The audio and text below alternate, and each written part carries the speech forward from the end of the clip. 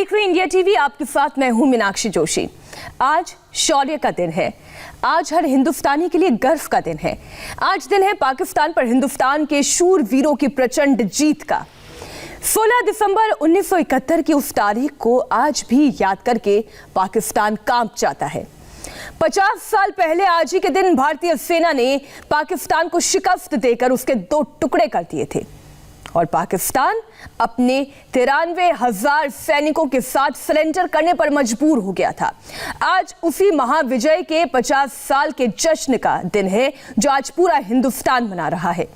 आज प्रधानमंत्री Modi national war memorial पर 1971 युद्ध के शहीदों को श्रद्धांजलि देने वाले हैं। इसके साथ ही प्रधानमंत्री मोदी दिल्ली से विजय ज्योति यात्रा को रवाना करेंगे। विजय ज्योति यात्रा में 4 विजय मशाल 1 साल तक पूरे देश के उन इलाकों में यात्रा करेंगी जहां इस जंग में शहीद हुए जवानों के घर हैं।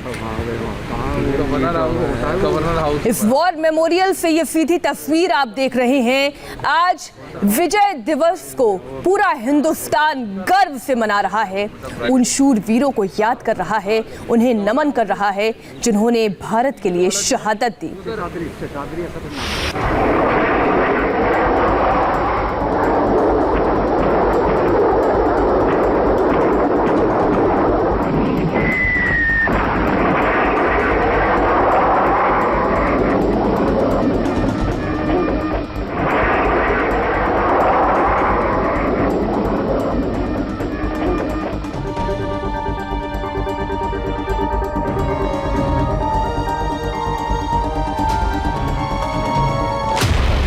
आज का दिन है दुनिया के नक्शे बदलने की ऐतिहासिक घटना को याद करने का।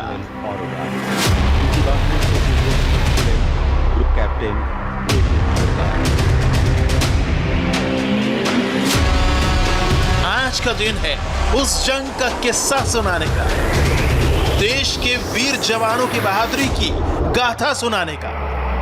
कैसे एक विकासशील देश ने पूरी दुनिया को एहसास करा दिया था कि भारत की सैन्य शक्ति को सलाम ठोकने का वक्त आ गया है।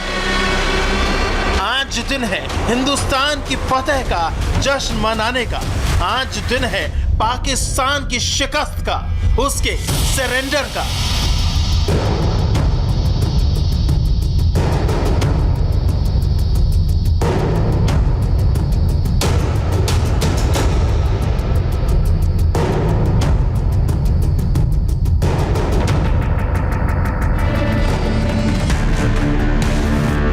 दिसंबर 1971 की इस तस्वीर को कौन भूल सकता है, जब हिंदुस्तान ने पाकिस्तान के पूर्वी भाग को पश्चिमी भाग से अलग कर दिया था और भारत के हौसले के आगे पाकिस्तान ने अपने 93,000 सैनिकों के साथ सरेंडर कर दिया था।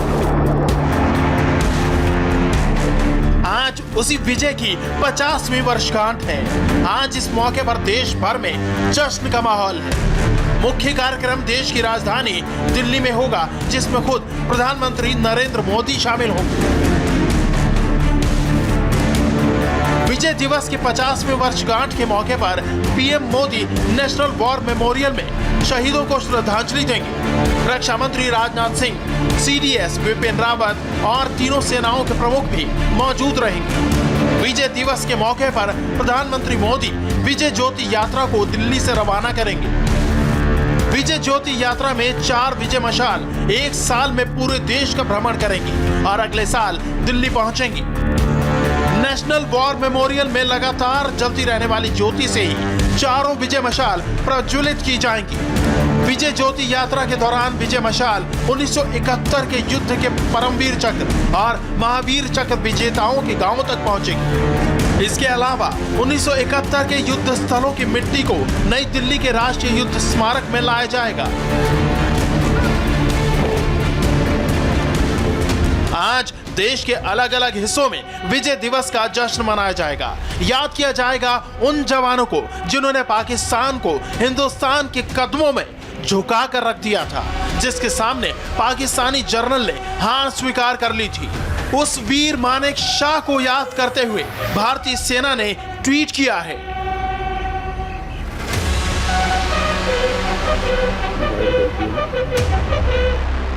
13 दिसंबर 1971 को फील्ड मार्शल सैम मानेकशॉ ने पाकिस्तान को अल्टीमेटम दिया था, आप आत्मसमर्पण करें नहीं तो हम आपको मिटा दें। फील्ड मार्शल ने अपने शब्दों को जिया क्योंकि दुनिया 93,000 से अधिक पाकिस्तानी सैनिकों के अभूतपूर्व आत्मसमर्पण को देख रही थी। आज से 50 साल पहले पाकिस्तान ने अपनी आधी जमीन गंवा दी थी। पाकिस्तान की अर्थव्यवस्था तहस नहस हो गई थी। आजादी के बाद कमाया हुआ सारा रुतबा तार तार हो गया था। पाकिस्तान की जल सेना, वायुसेना और थल सेना सबके शौर्य को मिट्टी में मिला दिया था भारतीय जवानों ने। आज उसी विजय पर पूरा देश झूम रहा है। दुनिया आज भी याद रखती है वो हिंदुस्तान की सेना ही थी जिसने जीती हुई जमीन पर नजर तक नहीं डाली, ढाका में तिरंगा तक नहीं फहराया। 93,000 सैनिकों को युद्धबंदी बनाया तो जरूर गया, लेकिन एक भी सैनिक को यातना नहीं दी।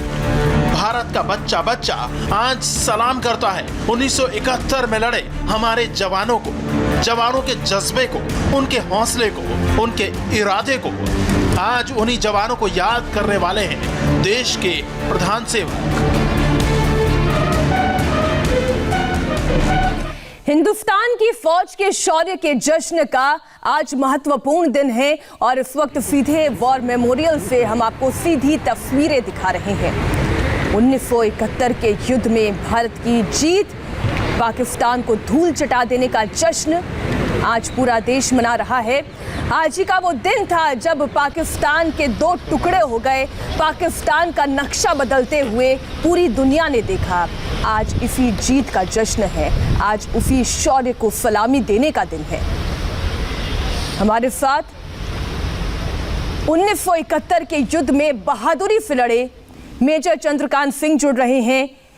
इस युद्ध के दौरान मेजर चंद्रकांत सिंह अपनी परम बहादुरी के लिए वीर चक्र से नवाजे गए। बहुत बहुत स्वागत है आपका मेजर चंद्रकांत सिंह जी। और साथ ही हमारे साथ एयर कॉमोडोर कृष्णमूर्ति जी जुड़ रहे हैं, जिन्होंने 1971 के युद्ध के दौरान Mi-4 हेलीकॉप्टर से दिन रात सैनिकों को जंग के मैदान में एयर ड्रॉप कर रहे थे। इनके हेलीकॉप्टर यूनिट को 1971 के युद्ध के बाद 2 वीर चक्र मिले थे। बहुत बहुत स्वागत है एयर कॉमोडोर कृष्णमूर्ति जी आपका भी। इन तस्वीरों को सबसे पहले आप देखिए किस तरीके से भारत के शौर्य, भारत के सम्मान में ये वॉर मेमोरियल और आज सभी शहीदों के साथ साथ वॉर वेटरन्स को भी हम सलाम कर रहे हैं। सबसे पहले मेजर चंद्रकांत सिंह जी, आपसे हम ये जानना और समझना चाहेंगे आज का दिन कितना महत्वपूर्ण है, आपकी अपनी मेमोरीज में ये कितना महत्वपूर्ण है? नमस्कार, प्रणाम साहब।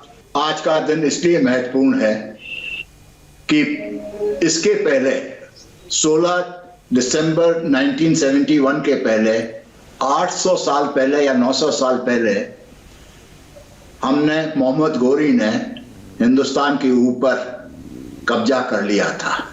800 साल के बाद में पहली बार उन्हीं शक्तियों को हमने हराया और ऐसा हराया कि अब वो पीछे मुड़ करके भी नहीं देख सकते।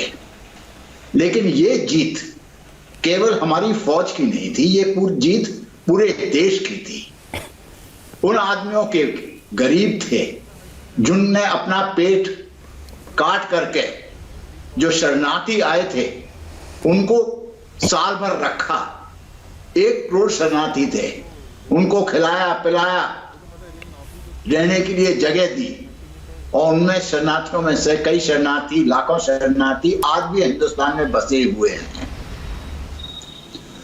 दूसरी चीज इसमें कि ये केवल लड़ाई स्थल सेना की जीत नहीं थी, इसमें हमारे साथ में एयरफोर्स थे और उस समय में जो हमारे साथ थे लड़ाई के अंदर मेरे साथ थे एयर कमांडर कृष्णमूर्ति, वो आज प्रोग्राम में हैं।